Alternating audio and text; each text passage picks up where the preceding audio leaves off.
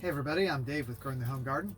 Today I thought I'd go ahead and start to plant from seed my Japanese maples. If you look back on my channel to another video, and I'll post a link to it up here, I started doing the cold stratification process for some Japanese maple seeds that I gathered. Today it's been about 33 days or so since I put them in the refrigerator, and I'm going to put them out here in my greenhouse. So for that, I am using a very specialized, now get this is very specialized planting tool, carry-out containers. Now pretty much any kind of container that you use can be used for planting and potting. You don't have to get anything kind of specialized for it. That's just silly. Anyhow, but this is really cool because these are just a carry-out container made of plastic. It's got a clear lid.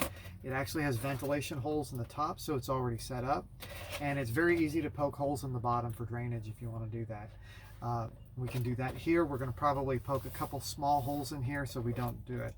One thing I use is I carry a pocket knife with me pretty much at all times. It's got this little owl on it, which is used typically for, like, if you're punching holes in leather, stuff like that.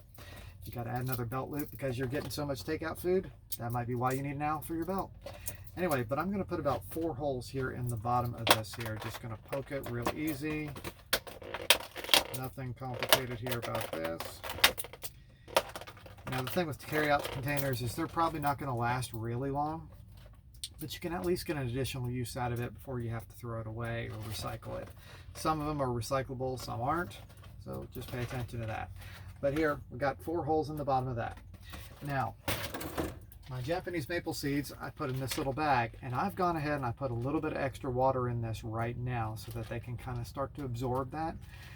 They were a little bit frozen because the top of my refrigerator actually it got a little too cold. So we'll be using those seeds here. And for the rest of this, all we're going to do is use some seed starting mix, start these up, and then I'm going to leave them here in the greenhouse to grow and germinate. There's still going to be some fluctuating temperatures, which is probably good for these seeds. They will start a little bit earlier than they would if I were just to leave them outdoors. So let me show you the planting process. Okay, so for this, all I'm going to do is I'm going to add enough soil in here to fill the bottom. Sometimes you get these huge clumps of things in here, so you break them up real good.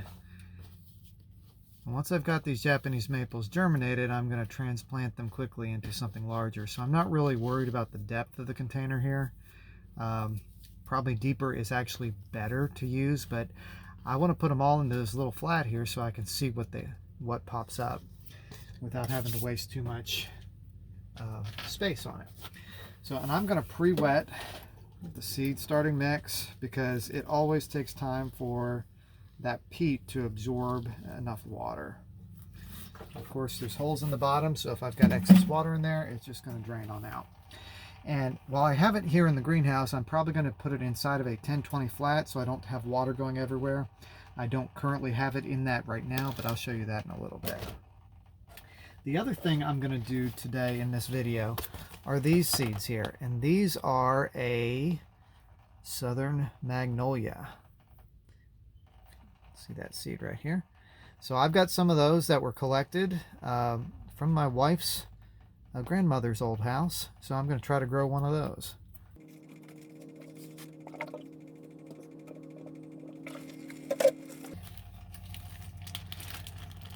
Okay, so here are the seeds, and remember I just added some extra water to this, and I am just going to kind of dump the whole thing into my container here. That's going to be the easiest way to go on that. Make sure there's no extra seeds in that. And then I'm just going to kind of sort through, see if I can separate out my seeds. There's one right there. And when I put these out here before, I removed all the little Samara wings off the seeds of the Japanese maple so there wouldn't be some excess organic matter in there. But I'm just going to take it like this, kind of spread them out along the top. And then I'm going to come back and add a little bit more of the seed starting mix on top of these seeds. So I'll just kind of sprinkle it on like that. Pretty simple. Typically with seeds, you want to bury them about as deep as the seed is large. So basically you plan twice the depth of the seed would be where the bottom of your seed goes in. That's not a hard and fast rule, but it is kind of a general rule that works out in most cases. So there's the Japanese maple seeds. We'll leave it like that. On these here, my Magnolia seeds, I can pick them out a little bit larger. And I'm going to go on and space them out because they are easier to find in this container here than the little bag. So I guess that gives you an idea. Use a container rather than a bag next time. But Magnolias also need a little bit of that cold stratification period, so I've had them treated pretty much the same way as I did the Japanese maples. But one thing, when you have a southern magnolia, you've got a waxy red coating around the exterior of each of the seeds. So if you soak it for about a day ahead of time in water, just a little jar of water, the seeds will pop right out. They just kind of slide right out of that shell.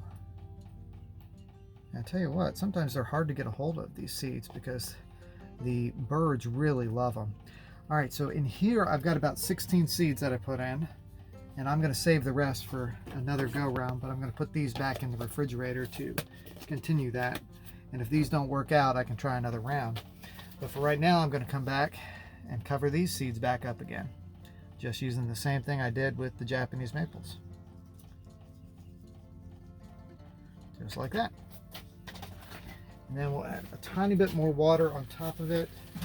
I'll use this other one because it sprinkles better. Just to make sure they get plenty of moisture. And then we'll close it up.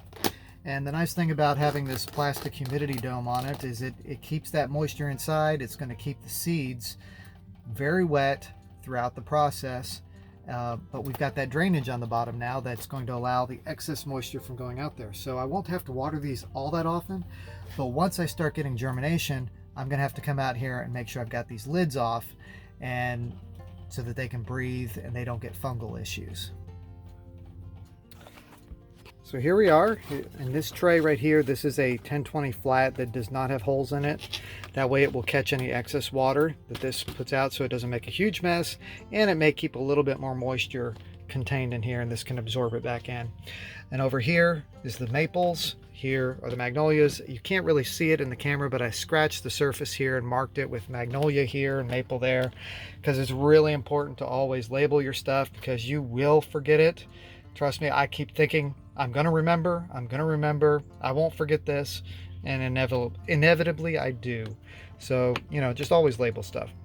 But if you need to, take these off as soon as you got some seedlings coming out. So these will probably take a month to maybe even germinate. It just really depends on the seeds and if they're even viable. There's always doubt as to whether or not you've got seeds that are in good condition, or if maybe some sort of a borer has gotten to the seeds. So you just got to kind of play it by ear and see what happens. We've got 16 or so in each one of these. Should be a pretty good number of results that we get from it.